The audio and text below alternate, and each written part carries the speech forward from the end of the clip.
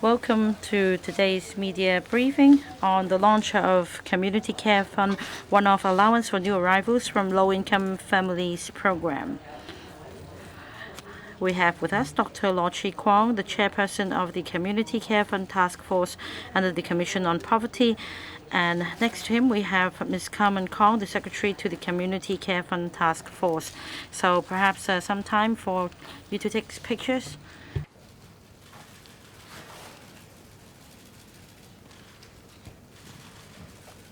Let's turn to the right. And here to the left? No? Right, Dr. Law will walk you through the program with the aid of a PowerPoint presentation. Please be seated. Dr. Law now has the floor.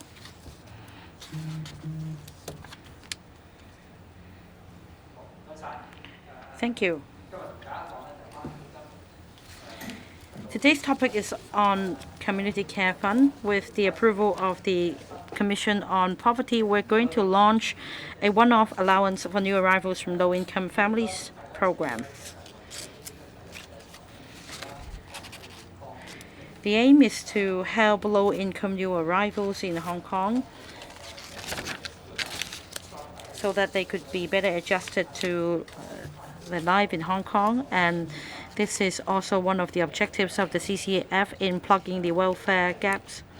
In particular, when the Financial Secretary announced a cash payout scheme to $10,000 to all residents in Hong Kong. So, starting from this Sunday, the 27th of September, this program will be launched all the way till the 31st of December this year. This program is undertaken by the CCF Task Force, and the Secretariat will provide administrative support. We hope to launch the program as soon as possible. So we've entrusted Bank of China Hong Kong Limited as the agent bank for implementing the program.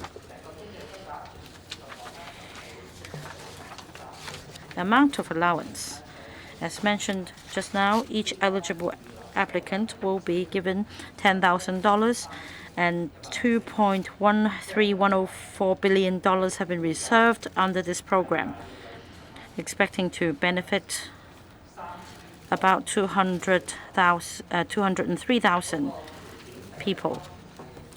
Criteria, of course, first criterion is age, same as that applied to permanent residents. The applicant should reach the age of 18 on or before the 31st of March 2021, and also for the residency criterion, the applicant should have resided in Hong Kong before the 31st of March 2021 and who have not reached the 7-year residency requirement. They should be a permit holder for proceeding to Hong Kong and Macau, a one-way permit, or they should have the right to land, or that they should be remaining in Hong Kong in the capacity of a dependent. The third criterion is a low-income criterion. If the applicant or any family members residing with the applicant have passed the household means test applicable to the following programs, and also have been receiving assistance from the following programs on January 2020, they will be eligible, and they include comprehensive Social Security assistance and old age living allowance, normal or high rates of working family allowance, and the various student financial allowances, and also the hospital authorities' medical fee waiving mechanism.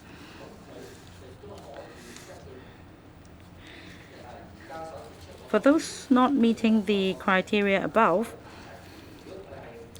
they can also observe this following table.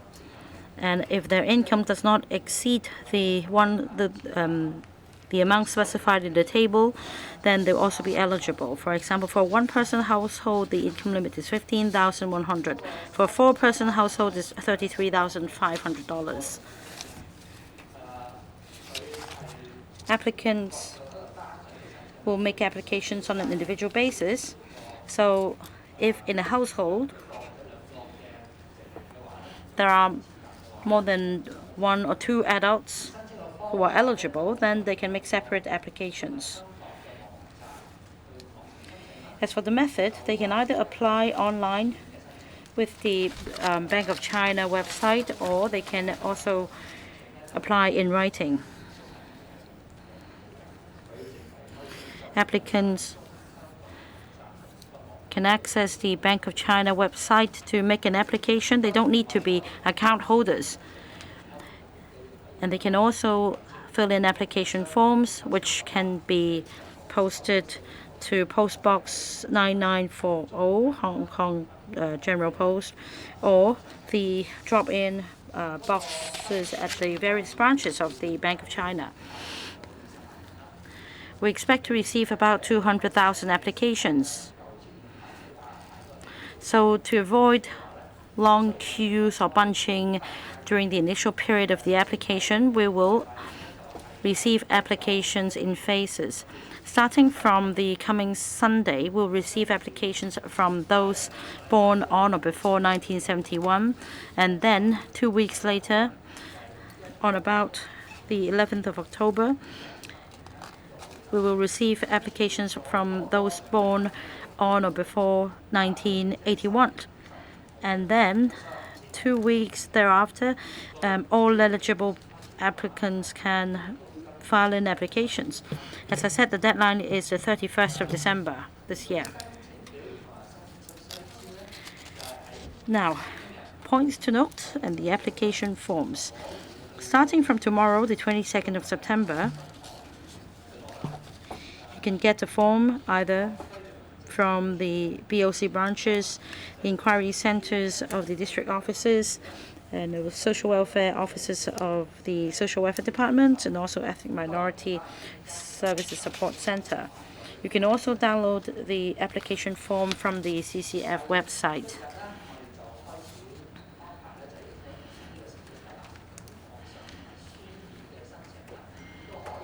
And we'll start to receive application this Sunday, and you can make an online application or post an application form starting from the 27th of September 2020, subject to the phased arrangement as I mentioned just now.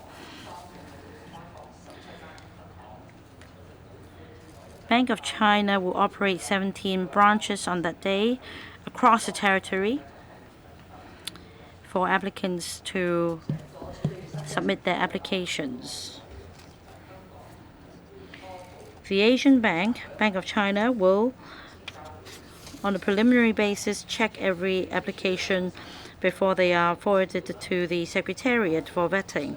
The Secretariat will then check the particulars provided by the applicants to be cross-checked with various government departments to confirm their eligibility. Bank of China and the Secretariat will also inspect some of the cases on a random basis for a comprehensive income and asset limit test. As for the application results, they will be applicants will be notified via SMS, email, or letters. It takes about 8 weeks to process the applications, subject to the readiness of documentation. And there's a slight difference from the cash payout scheme for permanent residents. For new arrivals, there is a need to put in place an income and limit test.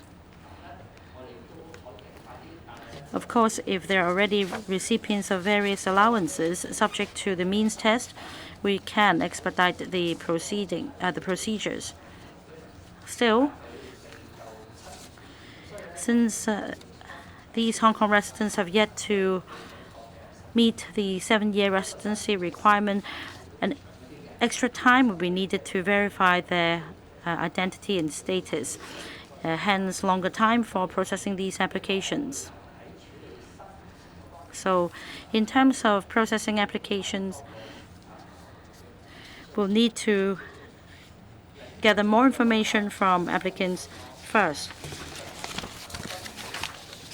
Allowances will be disbursed by bank transfer. And again, I stress that they need not be account holders of Bank of China.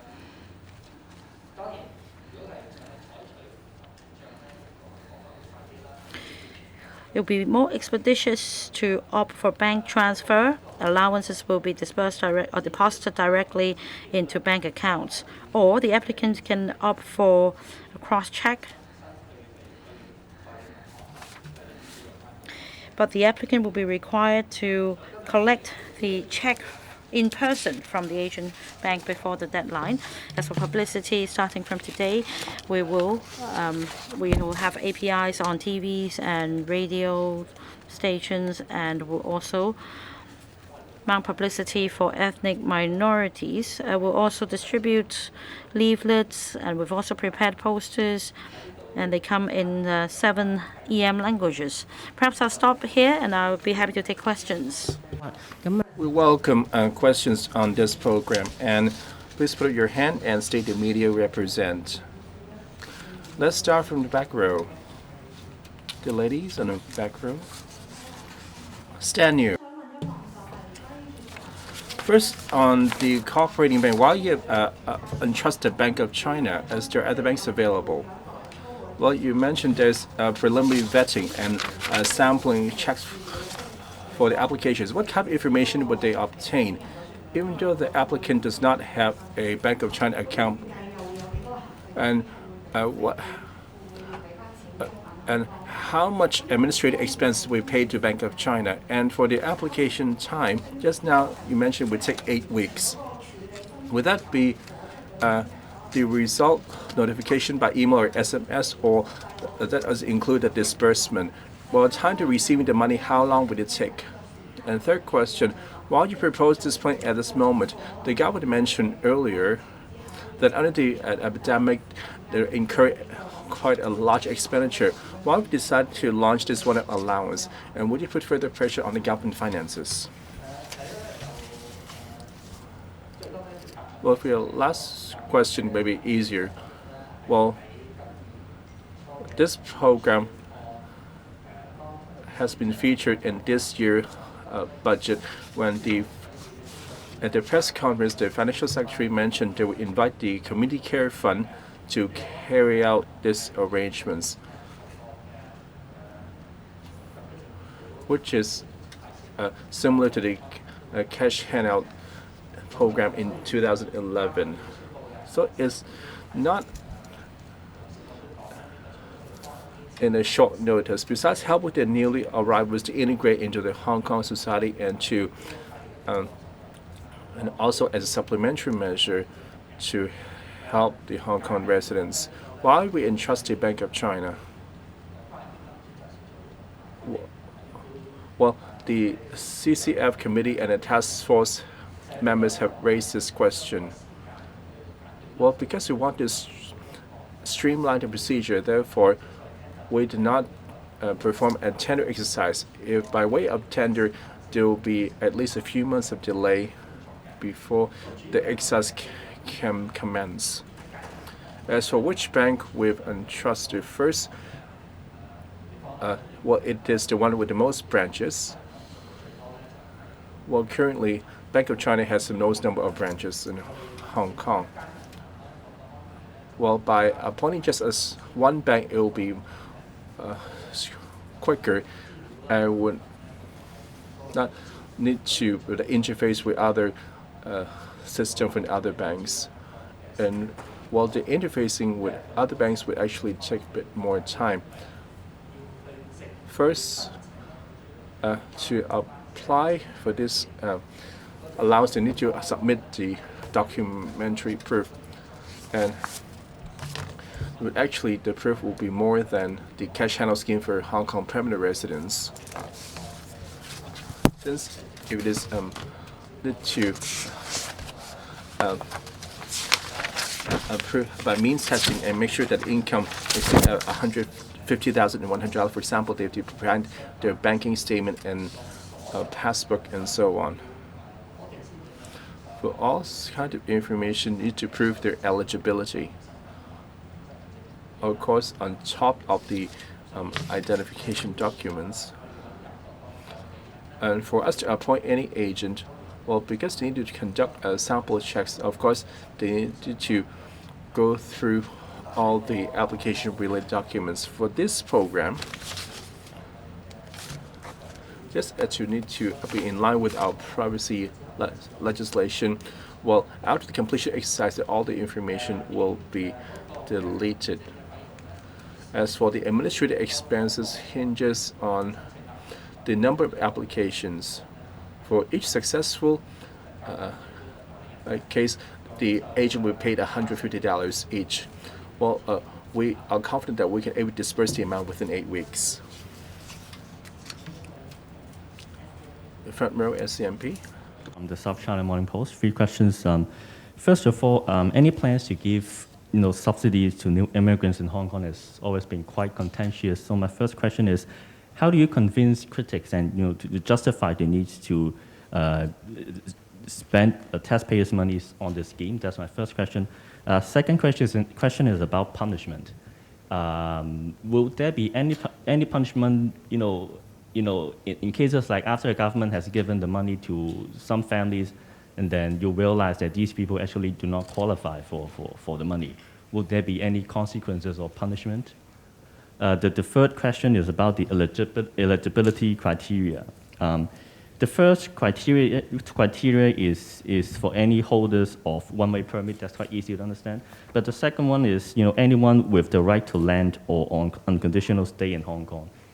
Can you just elaborate a little bit more about who these people are? People with the right to land or on unconditional stay in Hong Kong. Thank you.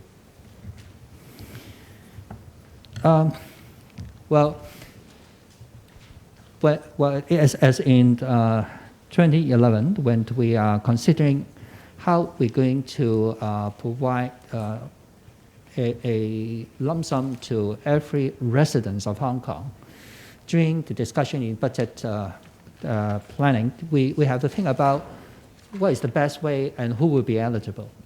The simplest way is permanent residents, 7 years, because in our system it's very clear, can be easily and clearly identified. But then there are also residents of Hong Kong, and they are bona fide Hong Kong residents. So how are we going to help them? To use the community care fund is the suitable vehicle of providing this kind of assistance. But because it is the community care fund, so we have to target on those who are relatively financially needy. So the eligibility criteria require this kind of means tests, such as they have already within our welfare system, or they can prove themselves to be earning a certain amount less than as required in the income limit. So I guess in every community we have to consider, particularly in this difficult time, how to assist everybody who are bona fide residents of Hong Kong. And I think it is truly justified for, since the permanent residents can obtain the $10,000 new arrivals who are relatively financially needed in these difficult times. I do think this $10,000 will definitely help them.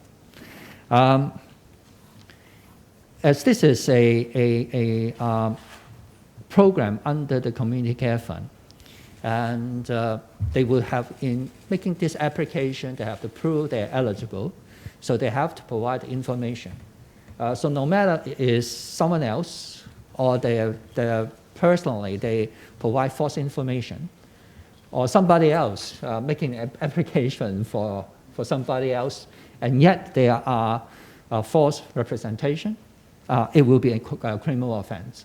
So any particular such suspect, in the case where when we look at the applications, or when we are doing the sampling or random sampling on the more detailed analysis of the situation, and if we find any suspect, we'll report to the police, and there will be a criminal offense. As for the eligibility, the second category, it refers to, well, the simplest answer is Article 22. Basically, there are people who have the right of a vote, okay? And they can come to Hong Kong and as a resident. So these are the people who are not permanent residents, but they can come to Hong Kong. But there are also people who would be eligible to come to Hong Kong because they're eligible to apply, probably because their relationship with somebody who has the right of vote in Hong Kong. So these are the various types of cases that will be under this category. But make it more to put it simply, the most important thing is they are residents in Hong Kong, and they're coming to Hong Kong for the purpose of staying in Hong Kong. So there are at least two categories of people who are not eligible. For those who are in a student visa coming to Hong Kong, and those on a working visa coming to Hong Kong, they will not be eligible. Okay, thank you very much. 翻去嗰邊。 Next, this gentleman in the front row. Economic Times. Well, it's expected that 203,000 people will benefit.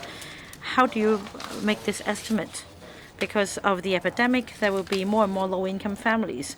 So would you expect more beneficiaries, leading to an increase in spending? And about vetting, is it going to be stringent?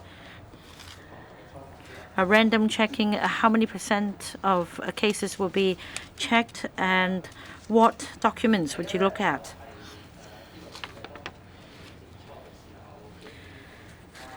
This estimate is based on the information we had in the beginning of the year. Of course, reference can also be made to another program launched 8 years ago. In 2011, there was a $6,000 cash handout for permanent residents, and a similar program was launched under the CCF. The Secretariat of the CCF undertook that program, and disbursement was made eventually in 2012 for new arrivals. As for the current economic situation, would it lead to more beneficiaries under this program? I would say yes. But then if we have more applications received that exceeds the ceiling of the fund, we'll go back to the Community Care Fund and the Poverty Commission to pursue further funding. But let me just say that we have some flexibility, and we have made quite a conservative estimate, so I would say that the funds should suffice. And about random checks, well, I try not to give you a direct answer here, except that in the past, the Community Care Fund had various programs requiring applicants to provide income proof in various forms. And first of all, we would ask the applicant to make a declaration, and then perhaps detailed investigation be carried out. Normally, apart from random checks, we also take a risk-based approach. Say when we scrutinize certain information, if there is sufficient ground, we will single out certain cases for further investigation. By random checks, we don't mean 100% of them would be checked. But I think it will serve a greater deterrence if we don't disclose the exact percentage. Thank you. This gentleman in the back. RTHK, good afternoon, Secretary. Will there be other programs under the CCF to help non-permanent residents? This time, your target beneficiary is new arrivals, but will there be other similar programs to help other residents under the current epidemic? And what about the administrative cost for this program per case? And about the elderly home, well, I think you should focus on this CCF program. About this elderly home case, how will the Bureau follow up on that case? Now, for consistency, I'm not going to answer questions not related to the topic today at this press conference. Your question? Oh, administrative costs. I think you can work out the sums. We've reserved $2.13104 billion for the whole program. So I guess you can work out the sum. 203,000 people are expected to benefit from the program, so you can just divide the numbers. We have reserved certain sums for the Secretariat. As I mentioned just now, for each case handled by the agent bank, it will entail a cost of $150. The Secretariat will be the final gatekeeper, so we have a pool of staff ready for the vetting of applications. And as you know, we have another program going hand in hand, and that is the one-off living subsidy for low-income households not living in public housing or not receiving CSSA, which means we have staff members sharing an office for the two programs. And the total administrative cost stands at about $100 million. About other non-permanent residents, that's your first question. For non-permanent residents or for those not meeting the 7-year residency requirement, our consideration is whether they are here to stay and settle in Hong Kong. It will be easy for those who settle in Hong Kong, whereas those not settling in Hong Kong, they will not have our help. So, to cite the example I just gave, for people coming to Hong Kong on a student or work visa, then they will not be eligible. Some may be on a work visa for several weeks. They don't plan to become a permanent resident in Hong Kong, and naturally, they won't be eligible. Next. Second row, this journalist in pink. Good afternoon, I'm from Singtao. I have a number of questions. First, about administrative costs. I've done the calculations according to the Secretary's suggestion. Say if 203,000 people are expected to benefit, does it mean that for the payment to BOC it will stand at $30.45 million? And for the handling fee given to agent banks, does it mean that it will only be given on successful application?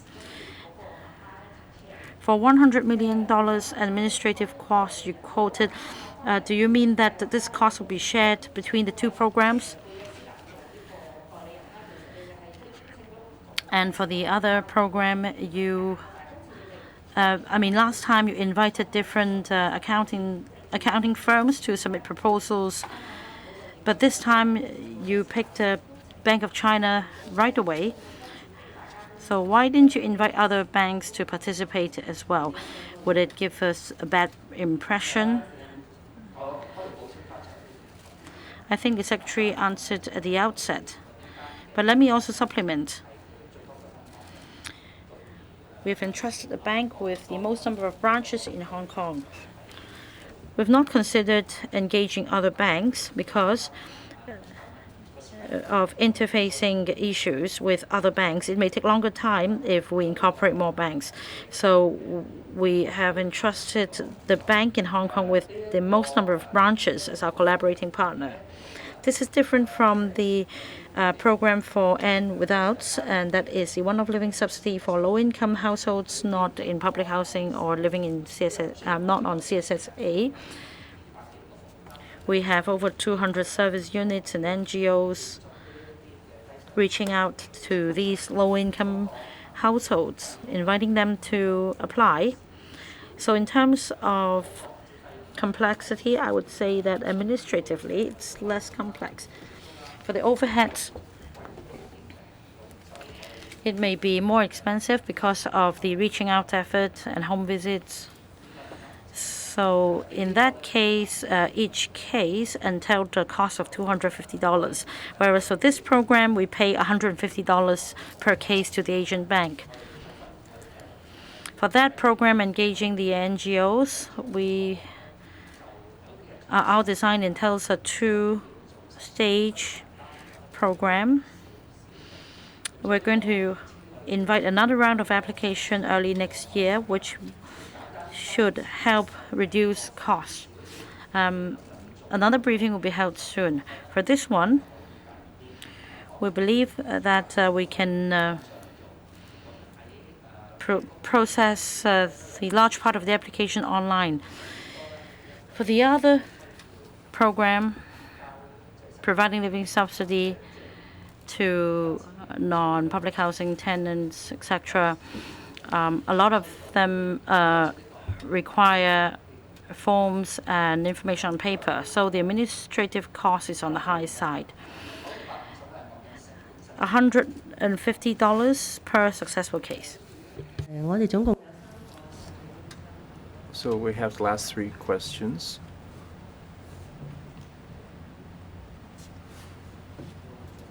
TV news. Not for this phased program, would you apply to other programs? And would you expect the beneficiaries will increase? Well, we do it in phases. It's really a crowd control consideration. Therefore, we decided to divide it into three phases. That means for every 2 weeks, we invite a different group of applicants. Well, if you're born in 1981 or above, then you can apply. Followed in 2 weeks' time, that we actually 1971 instead.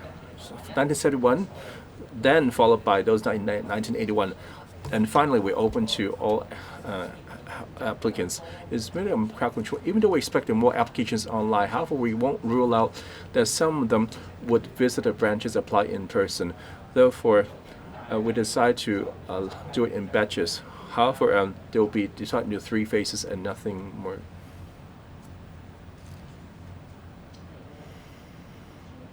Questions from TMHK? Yeah, okay. Yeah, and first question, compared to the $10,000 cash handout for all permanent residents, this time the new arrivals have to be from low-income families to be eligible. So could you explain the rationale for this additional criterion? And secondly, about the BOCHK, so because you said that this bank is the sole agent in handling this program, so are you concerned that people may say there's some kind of transfer of interest because there's no process of tender? Thank you. The reason that this program is slightly different from the other program from permanent residents is basically because we are handling this through the community care fund.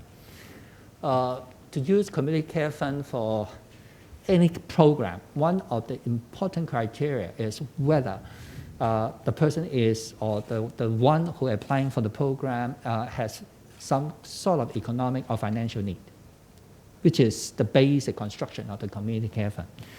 And within the Hong Kong government policies, for most of this somehow benefit type or welfare type of program, we base on family for do any kind of assessment.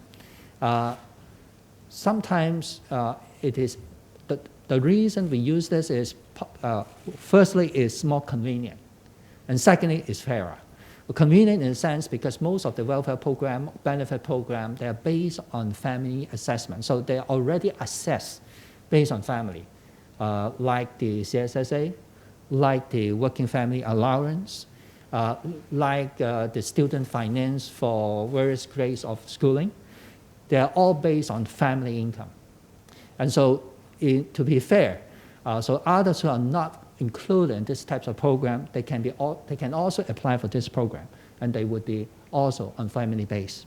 Okay, so this is partly mostly is because the community care fund under our trust deed, there is such requirement for financial need. Back to the question about the Bank of China being the sole agent for this program.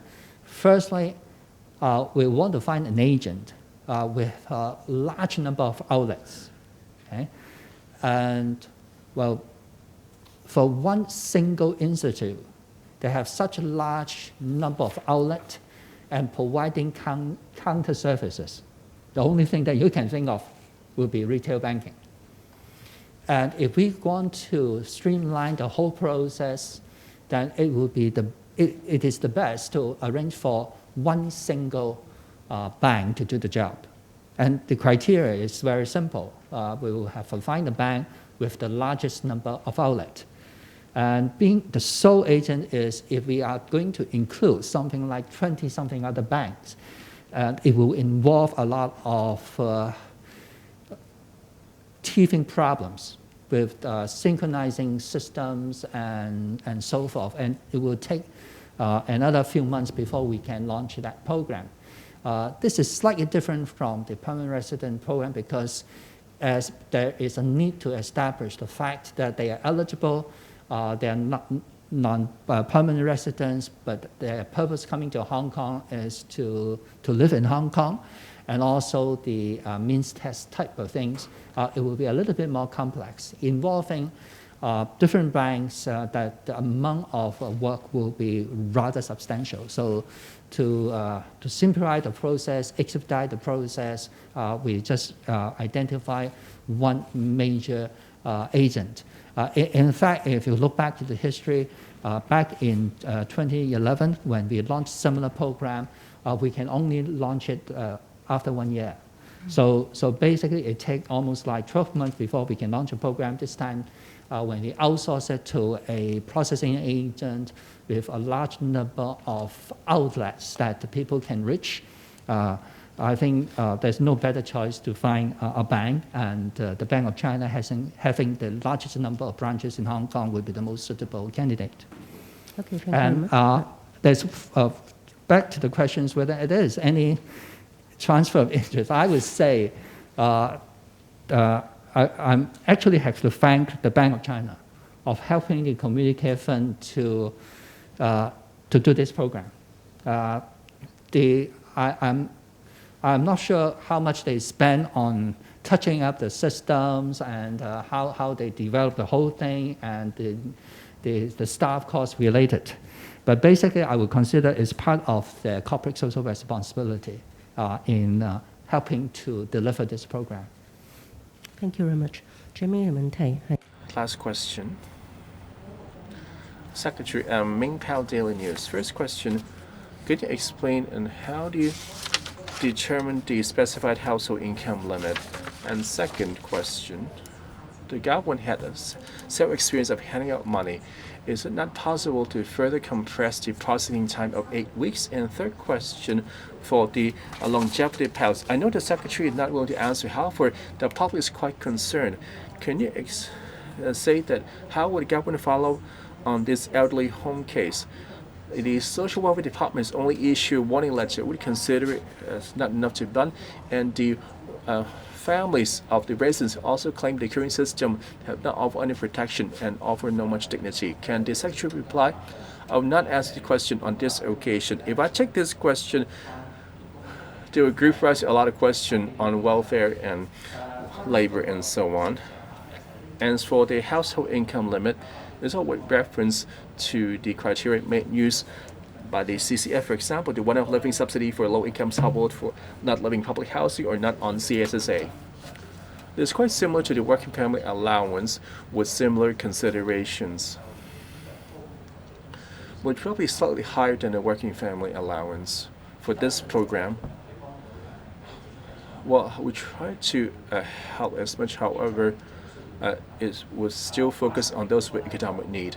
And for the 8 weeks processing time, we have tried our best to carry out our work. Like I said in the outset, the bigger difference with the public residence pet channel scheme, it will for much standard of proof, and would also need to verify the information. After further consideration, we decided to conduct sampling checks, so we see that the 8 weeks as a reasonable time frame. Of course, we try to expedite the whole process. For the entire program, we have outsourced it to an enterprise. Thus, I would say that things already got speeded up. Today, press con. Thank you for coming.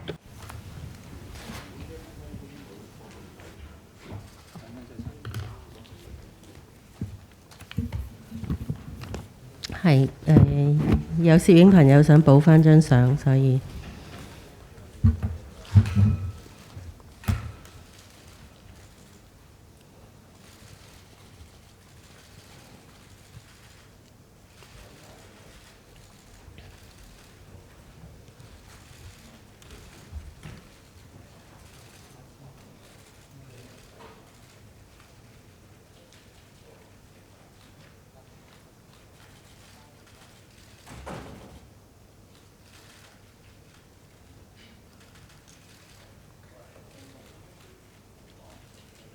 OK， 好多謝大家，唔該晒。